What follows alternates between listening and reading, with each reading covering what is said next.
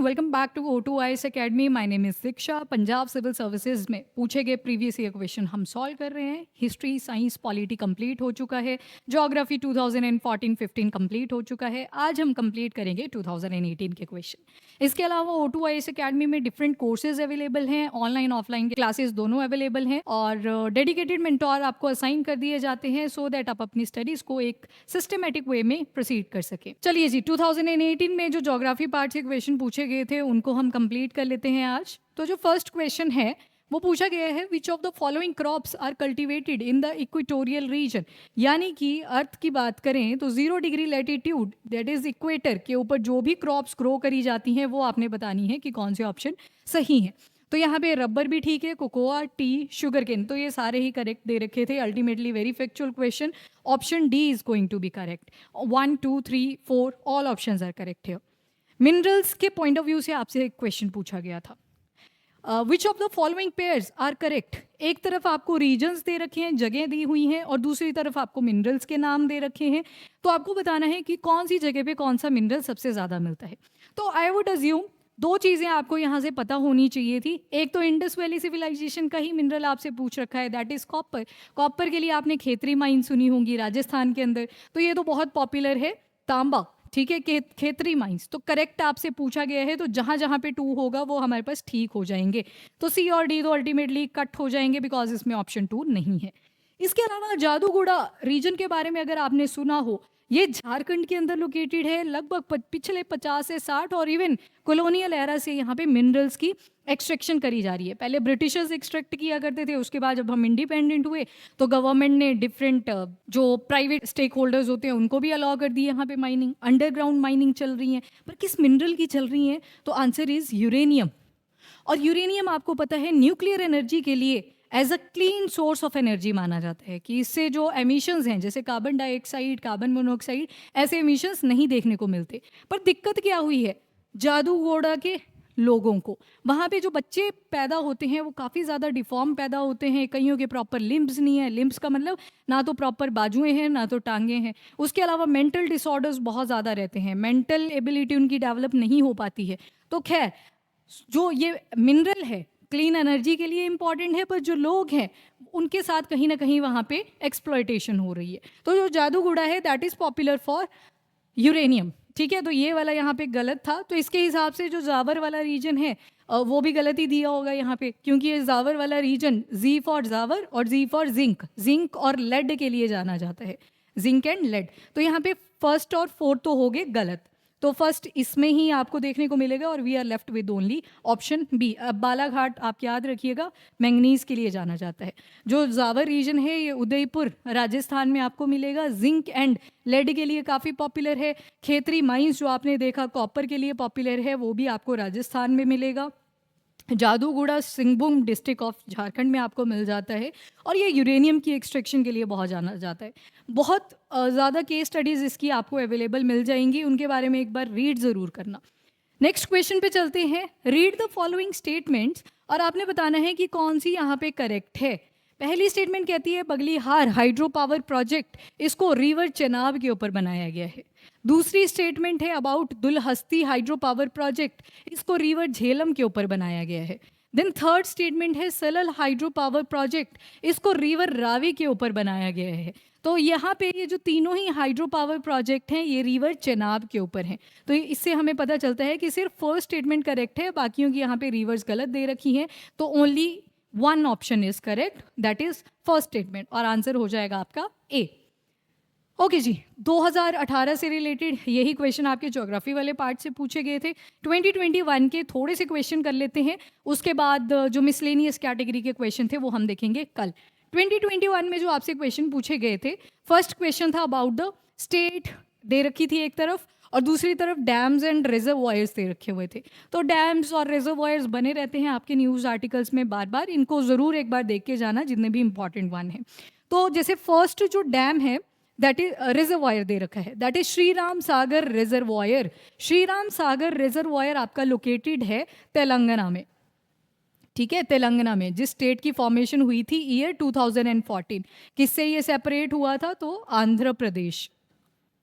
ठीक है जी। तो ये तो हो जाता है अपना इनकरेक्ट, और आपने क्या बताना है, करेक्टली मैच। तो पहला जहाँ पे भी दिखे उसको कट कर दो, ये भी कट हो जाएगा, ये भी कट हो जाएगा। Okay, now you must be sure about the 2 and 3, otherwise जो है यहाँ पे इनकरेक्ट भी हो सकता है। चलिए जी, आंध्र प्रदेश में बोला गया है कि बारगी डैम है, तो जो बारगी डैम है it is located at Madhya Pradesh. चलिए जी, सेकंड भी निकल गया अपना, तो थर्ड तो ठीक है, Sholayar reservoir which is located in Tamil Nadu. तो यहाँ पे C option is correct, only 3। Next question आपसे पूछा गया है, चूज द इनकरेक्ट स्टेटमेंट। आपने गलत वाली स्टेटमेंट बतानी है, और ये क्वेश्चन है फ्रॉम द वर्ल्ड ज्योग्राफी का सेक्शन। प्लांटेशंस आती हैं, डिफरेंट टाइप ऑफ क्लाइमेट जब आप पढ़ते हो, तो मेडिटेरियन टाइप ऑफ क्लाइमेट जब हमने पढ़ा था, जितने भी एरियाज मेडिटेरियन सी के अराउंड आएंगे।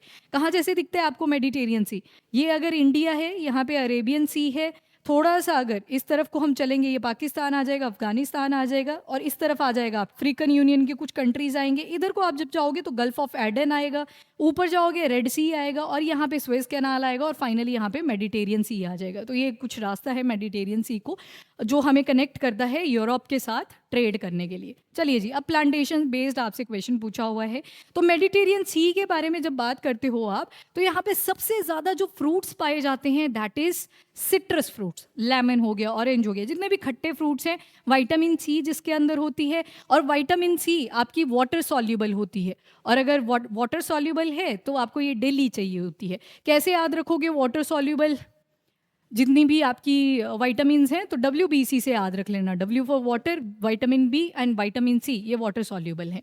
और उसके अलावा A एंड D की बात करें तो वो फैट सॉल्युबल होती हैं। चलिए जी, तो फर्स्ट तो यहाँ पे बिल्कुल करेक्ट है, मेडिटेरियन लैंड है जो, मतलब जो साइड की लोकेलिटीज़ हैं वही मोर देन हाफ एक्सपोर्ट करती हैं सिट्रस फ्रूट्स का।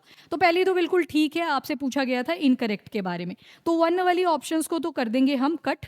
अब आपको थर्ड वाली में श्योर होना है, और यहाँ से हमें पता चल रहा है कि सेकंड तो बिल्कुल करेक्ट है, फोर्थ अगर ना भी अब पढ़ोगे तो चल जाएगा अपना काम। तो जैसे सेकंड थर्ड स्टेटमेंट पे चलते हैं डायरेक्टली, कि France lead the world trade in fresh grapes with more than 90% share. अब यहाँ पे बोला गया है आपको कि 90%, सेकंड का मतलब यहाँ पे कि इनकरेक्ट ही होगी, क्योंकि हम बचे ही किसके साथ हैं, ओनली 2 और 2 एंड 3 के साथ, तो वो चीज़ भी ध्यान में रखना। ओके जी, तो थर्ड स्टेटमेंट में लिखा है फ्रांस। फ्रांस की जगह पे अगर आपको लिखा होता चिली, चिली कहाँ पे मिलेगा आपको, तो साउथ अमेरिकन कॉन्टिनेंट पे आप देखो, यहाँ पे एक चिली लाइक कंट्री है, यहाँ पे दिस वन, इसी को बोलते हैं चिली। चिली में एक जगह है जिसको बोलते हैं चुकी कमाटा, और Chuquicamata is very popular for one of the mineral जिसका नाम है copper. C for Chile, C for Chuquicamata, C for copper. Even यहाँ पे लिथियम भी प्रेजेंट होता है, एक लिथियम ट्रायंगल भी बनती है। कहाँ पे 3 कंट्रीज कनेक्ट होती हैं इस तरह से, तो एक तरफ है आपका अर्जेंटीना, एक तरफ है बोलीविया, और एक तरफ है चिली। ABC ये तीनों बनाते हैं लिथियम ट्रायंगल, ये भी आपने ध्यान में रखना है। तो तीसरा स्टेटमेंट यहाँ पे गलत था, तो 2 ऐसे हमारे पास स्टेटमेंट हैं जिनमें गलत दे रखी है इन्फॉर्मेशन। जैसे एक ऑलिव ट्री के ऊपर बोला हुआ था कि ये नेटिव है टू मेडिटेरियन रीजन और वेरी सॉइल सेंसिटिव, बस इसी की वजह से ये स्टेटमेंट हो जाती है इनकरेक्ट। वेरी सॉइल सेंसिटिव का मतलब है कि इसको हाईली फर्टाइल रीजन चाहिए फॉर द प्रॉपर ग्रोथ, इसी वजह से ये स्टेटमेंट गलत हो जाती है। और जो आगे लिखा हुआ था वेल ड्रेन्ड अर्थ, वेल ड्रेन्ड तो चाहिए होता है कि पानी का फ्लो चला रहे कॉन्स्टेंटली, और यहाँ पे जो है ये अगर न्यूट्रिएंट पुअर भी है आपका रीजन तो वहाँ पे भी oak trees grow, olive trees grow कर जाते हैं। इसके अलावा एक स्टेटमेंट थी आपकी कॉक ओक्स को लेके, ये स्पीशी आपको मेडिटेरियन एवरग्रीन फॉरेस्ट में मिलती है, तो बिल्कुल करेक्ट है, पर आपसे इनकरेक्ट पूछा गया था, तो 2 स्टेटमेंट यहाँ पे इनकरेक्ट थी, that is second and third. इसके अलावा choose the correct statement. Okay जी, कुछ स्टेटमेंट आपको दे रखी हैं, आपने बताना है इनमें से करेक्ट कौन कौन है, तो करेक्ट वाली बतानी है आपने। ओके, फर्स्ट स्टेटमेंट कहता है कि जो जेंटल स्लोप है कॉन्टिनेंटल शेल्फ्स का grand bank of new फाउंडलैंड, new फाउंडलैंड आपको पता है एक तरफ से वार्म ओशन करंट आ रहे हैं, दूसरी तरफ से कोल्ड ओशन करंट आ रहे हैं, दोनों जब मिलते हैं तो एक बहुत अच्छी कंडीशन बनती है, दैट इज फिशिंग जोन। तो ये न्यू फाउंडलैंड के ही कॉन्टेक्स्ट में बोला है, हर टाइप की फिश ऑलमोस्ट जिसको खाया जा सकता है वो, और जो खा भी सकती हैं वो सारी आपको यहाँ पे अवेलेबल मिलती हैं, बिकॉज ब्रीडिंग के लिए रीजन अच्छा हो जाता है, एग्स ले करने के लिए रीजन अच्छा हो जाते हैं, और कमर्शियली अगर लोगों के लिए देखें तो वहाँ पे फिशिंग जोन्स बन जाती हैं।